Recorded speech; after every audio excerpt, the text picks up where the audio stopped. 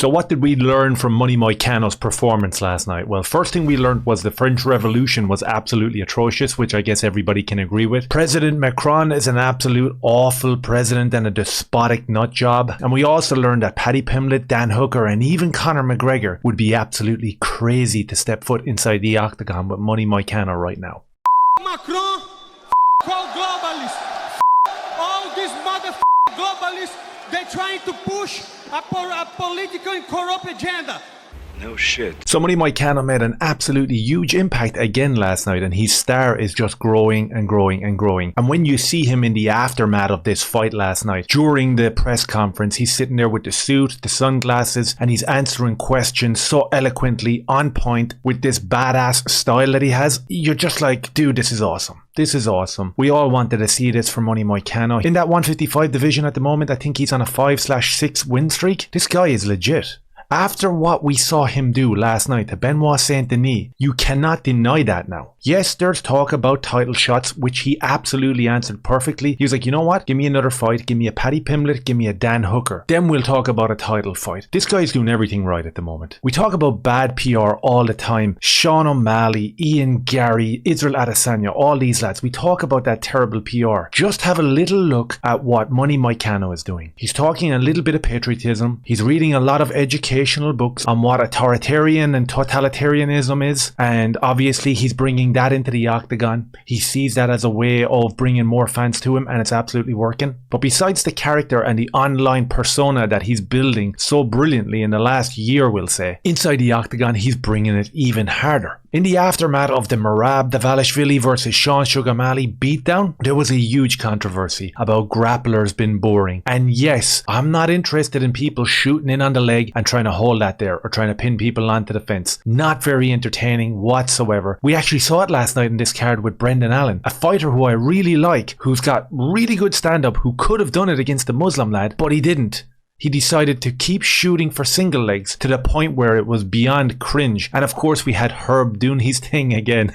He was chasing Brendan Allen around the octagon, clapping the hands, telling him to work, work, work. He never did it for Imavov, but he did it for Brendan Allen. It is what it is. We know Herb is done. He's toasted. But I think the idea of that grappling style being boring is just destroyed when Money Moicano gets in there and does it, because the way he entered into the grappling exchange last night, it was slick, it was speedy. Benoit Saint-Denis turned that kick, and before you knew it, Money Moicano had spun around him 3 or 4 times, taking his back, taking him to the ground. It was absolutely insane. I'm not sure if I've ever seen a more dominant ground and pound. Not within a first round, being the underdog, having the guy Benoit Saint-Denis that everybody's talking about is gonna be a champion. I don't like using the word fraud check for someone like him, because I actually respect him. I think he's a great fighter, and what he's done in terms of serving his country, awesome. Not going to be calling him a fraud or anything like that, but Dustin Poirier put it on him. I know he was dealing with the staph infection. Last night he seemed healthy, he seemed ready.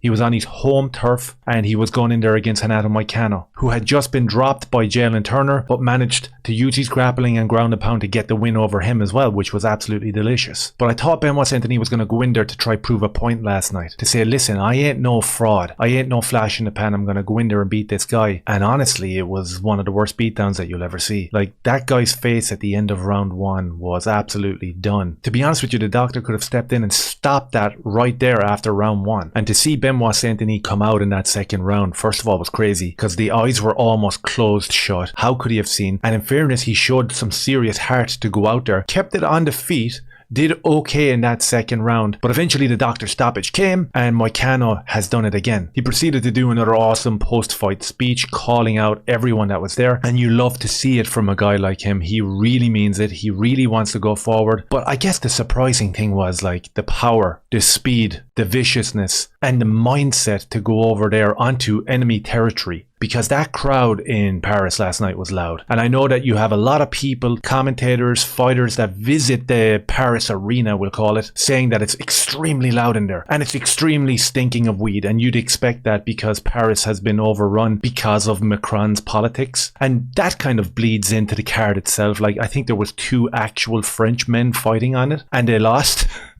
All the Africans and the Muslim lads, they all got their win, and they all got Herb not clapping into their face, asking them to work. That was interesting as well. So when you have Moicano talking about the globalists suck and Macron sucks and the French Revolution was a ball of shit and Christ has never been more alive than he is now, the crowd sung and screamed so hard, but I'm not sure whether they knew, first of all, what he was saying, because the majority of people that were in the crowd weren't even French. It was interesting enough, and the majority of people that were on the card weren't French. That was a kind of an ironic take at the end of the day, but I thought that was funny. In terms of representation of a European country, that's what you get. All you got to do is look at the football teams of France, of the UK, or even Ireland, and you'll see that multicultural diversity is our strength take deeply embedded there. And it's put there by the likes of Macron or other leaders that are just so out of touch, that don't have to live near this stuff, that don't have to put up with the fallout of these type of things that happen on a daily basis. But it is what it is. And what we should never forget when Money Moicano is calling out the French government, we should never forget what they did.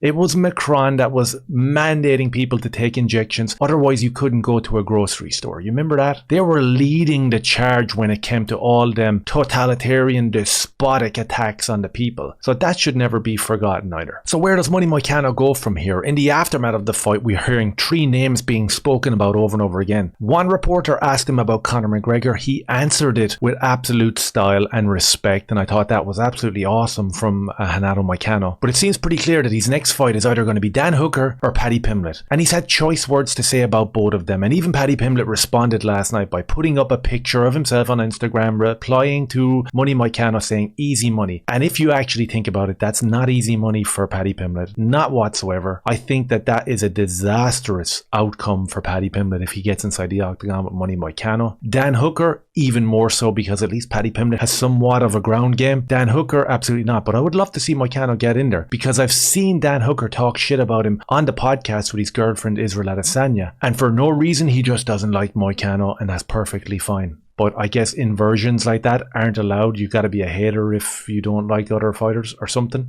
So Moicano isn't fighting Conor McGregor. He's got too much respect for him. But very interesting when you look at Conor McGregor's trajectory and where he is now. Yes, he's almost a billionaire apparently. And Moicano is fighting and dominating his way to the top of that division for money.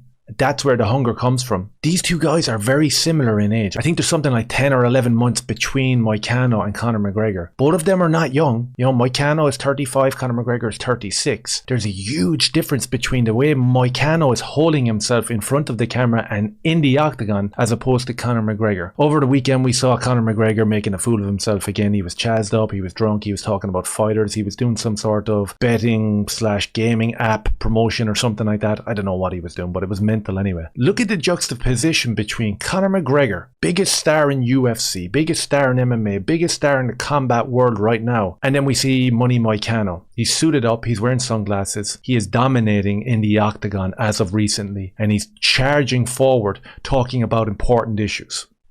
No comparison between the two. I think Moicano's next fight, whether it be Dan Hooker, whether it be Paddy Pimblett, will be extremely interesting. And I would love to see him get the win. And I think he will get the win. I think that the trajectory is right there for him. He absolutely destroyed Dan Hooker last night. Made the comparison of a turtle in the tree. Doesn't climb up there. He's put up there. And even with a statement like that, he subconsciously is sinking the likes of the UFC that are putting people in positions left, right and center. But he's smashing through them walls and he's smashing down them narratives, and you love to see it. So who's he fighting next? Paddy Pimblett, Dan Hooker. How does that end up? And if he beats any of the two of these lads, does he get the title shot? Does he deserve the title shot? Could we see Money Moicano being a UFC champion? I'd love to see that. Let me know your thoughts down below. Hit like, subscribe and share if any of it made sense. Cheers.